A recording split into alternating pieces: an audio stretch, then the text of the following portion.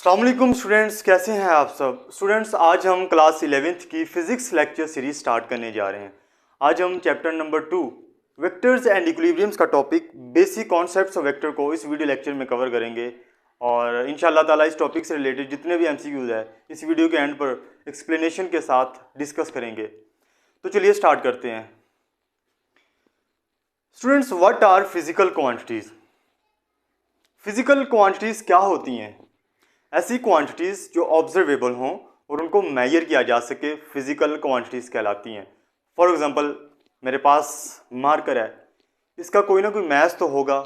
क्या इसके मैथ को मेजर कर सकते हैं हम? डेफिनेटली कर सकते हैं, किलोग्राम्स में। तो मैथ क्या हो गया? एक फिजिकल क्वांटिटी।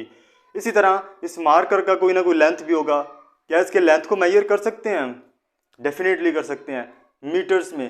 तो लेंथ भी क्या हो गई? एक फिजिकल क्वांटिटी। इसी तरह टेम्परेचर है, उसको सेंटीग्रेड में मेजर कर सकते हैं, टाइम को सेकंड में, स्पीड को मीटर पर सेकंड में। ये सब की सब एग्जांपल्स किसकी हो गई? फिजिकल क्वांटिटीज़ की। तो चलिए स्टूडेंट्स, इसकी डेफिनेशन देख लेते हैं। Those quantities which can be observed as well as measured accurately are called physical quantities. Examples में mass, length, temperature, speed, time. Students, आगे है types of physical quantities. Physical quantities की 2 टाइप्स होती हैं। Number 1, scalar quantities. ऐसी quantities जिनको describe करने के लिए जस्ट मैग्नीट्यूड की ज़रूरत हो, वो स्केलर क्वांटिटी कहलाती हैं। स्केलर क्वांटिटीज़ को नॉन डायरेक्शनल क्वांटिटीज़ भी कहते हैं। फॉर एग्जांपल, आप अपने दोस्त को कॉल करते हो और उससे पूछते हो कि कहाँ पर हो। वो कहता है मैं आपके घर से 1 किलोमीटर के डिस्टेंस पे खड़ा हूँ। उसने कहा 1 किलोमीटर, ये क्या है? मैग्नीट्यूड। किसकी? डिस्टेंस की। तो डिस्टेंस क्या हो गया स्टूडेंट्स? एक स्केलर क्वांटिटी। इसी तरह चेंज इन टेम्परेचर, टेम्परेचर का चेंज होना, ये भी एक स्केलर क्वांटिटी है। तो चलिए स्टूडेंट इसकी डेफिनेशन देख लेते हैं। Those physical quantities which are specified by magnitude only are called scalar quantities. Examples में distance, change in temperature, mass, length, time. Students, आगे है operations on scalars.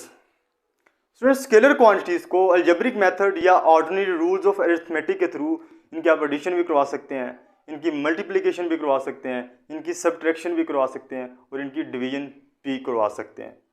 और स्टूडेंट्स, आगे है मैग्नीट्यूड। मैग्नीट्यूड को एक सिंपल से एग्जांपल के थ्रू समझते हैं। आप एक शॉपकीपर के पास जाते हो और उससे कहते हो कि मुझे 5 kg शुगर दे दें। आपने कहा 5 kg। 5 kg में स्टूडेंट्स 5 क्या है? एक न्यूमेरिक वैल्यू। और यूनिट क्या है? एक और किलोग्राम क्या है? एक यूनिट। तो इनके कम्बिनेशन से जो हमारे पास क्वांटिटी निकल करके आती है वो मैग्नीट्यूड कहलाती है। तो चलिए इसकी डेफिनेशन देख लेते हैं। Combination of numeric value with proper unit is called magnitude. ये 5 kg में 5 तो न्यूमेरिक वैल्यू होगी और किलोग्राम यूनिट हो गया, तो इनके कॉम्बिनेशन से मैग्नीट्यूड बनती है। स्टूडेंट्स, आगे है यूनिट। हमने अभी डिफाइन किया कि फिजिकल क्वांटिटीज वो होती हैं जो मेजरेबल हो। उनको मेजर करने के लिए जिन स्टैंडर्ड टर्म्स का हम यूज़ करते हैं वो इनके यूनिट कहलाते हैं। फॉर एग्जाम्पल, मैस को हम किलोग्राम में मेजर करते हैं, तो किलोग्राम मैस का क्या हो गया? यूनिट। इसी तरह लेंथ को हम मीटर में मेजर करते हैं, तो मीटर लेंथ का क्या हो गया? यूनिट। तो स्टूडेंट्स, फिजिकल क्वांटिटीज़ की सेकंड टाइप है वेक्टर क्वांटिटीज़। वेक्टर क्वांटिटीज़ को हम डायरेक्शनल क्वांटिटीज़ भी कहते हैं। ऐसी क्वांटिटीज़ जिनको स्पेसिफाइड करने के लिए मैग्नीट्यूड के साथ साथ डायरेक्शन का स्पेसिफाइड होना भी ज़रूरी है, वो वेक्टर क्वांटिटीज़ कहलाती हैं। फॉर एग्जाम्पल, आप अपने दोस्त को कॉल करते हो और उससे पूछते हो कि कहाँ पर हो। वो कहता है मैं आपके घर से 1 किलोमीटर नॉर्थ की तरफ खड़ा हूँ। अब उसने क्या कहा? 1 किलोमीटर के साथ नॉर्थ। 1 किलोमीटर तो मैग्नीट्यूड को शो करता है, जो नॉर्थ है उसने बताया डायरेक्शन। तो ये क्या बन गया? डिस्प्लेसमेंट। तो डिस्प्लेसमेंट क्या होगी? एक वेक्टर क्वांटिटी। इसी तरह हमने पीछे स्केलर के केस में पढ़ा, स्केलर क्वांटिटीज़ में, कि टेम्परेचर का चेंज होना, ये क्या है? एक स्केलर क्वांटिटी। लेकिन यहाँ पे मैं कहता हूँ टेम्परेचर का इंक्रीज करना या डिक्रीज करना। अब मैंने डायरेक्शन को स्पेसिफाइड कर दिया, तो ये क्या हो गया? टेम्परेचर का इंक्रीज होना या डिक्रीज होना, ये वेक्टर क्वांटिटी। इसी तरह फोर्स है, वो किसी ना किसी डायरेक्शन में एक्ट कर रही होती है। फोर्स भी क्या होगी? एक वेक्टर क्वांटिटी।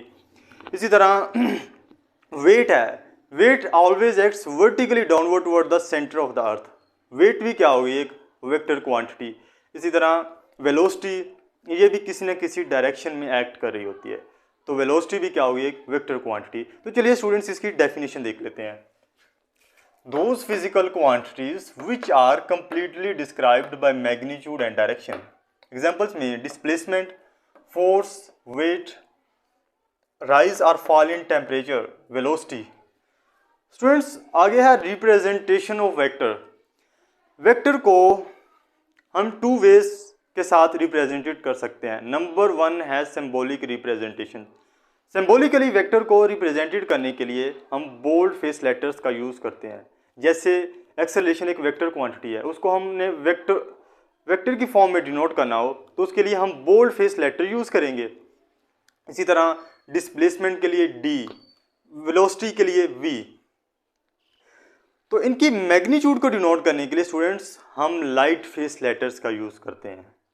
जैसे तो चलिए देख लेते हैं। Vectors are represented by bold face letters such as, ये एक्सेलरेशन के लिए, ये डिस्प्लेसमेंट के लिए और ये वेलोसिटी के लिए। इनकी मैग्नीट्यूड को हमने डिनोट करना हो, the magnitude of these vectors is denoted by light face letters such as acceleration, displacement, velocity. Students vector को एक और वे के साथ भी हम रिप्रेजेंटेड कर सकते हैं symbolically.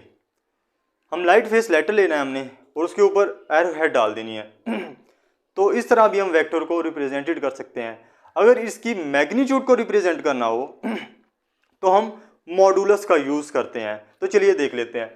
A vector is also represented by a letter with an arrow above it such as, ये एक्सेलरेशन के लिए, ये डिस्प्लेसमेंट के लिए और ये वेलोसिटी के लिए। इनकी मैग्नीट्यूड को हमने साइड में मॉडुलस का यूज़ कर लेना है। नेक्स्ट है students graphical representation. Graphically vector को रिप्रेजेंटेड करने के लिए हम डिफाइनाइट लेंथ लेते हैं और उसके आगे एरो हेड डाल देते हैं।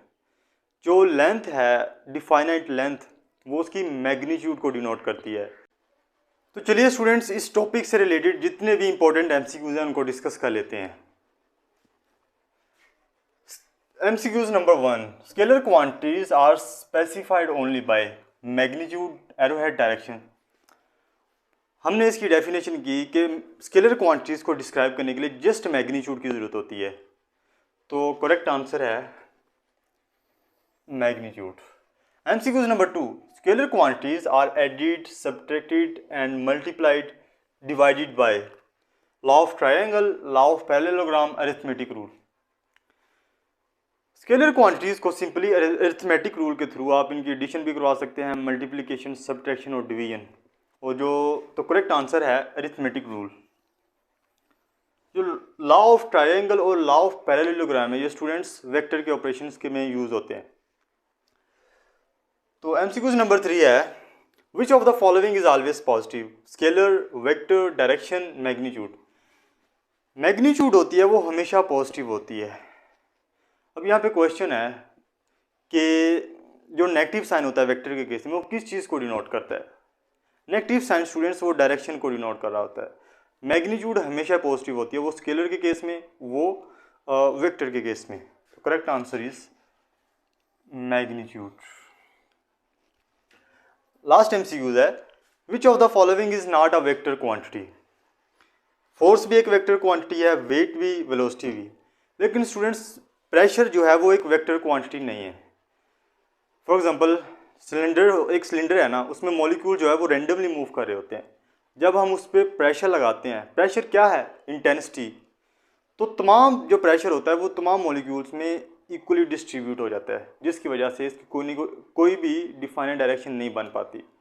तो प्रेशर क्या होगी, एक स्केलर क्वांटिटी। तो स्टूडेंट्स आज का लेक्चर इतना ही।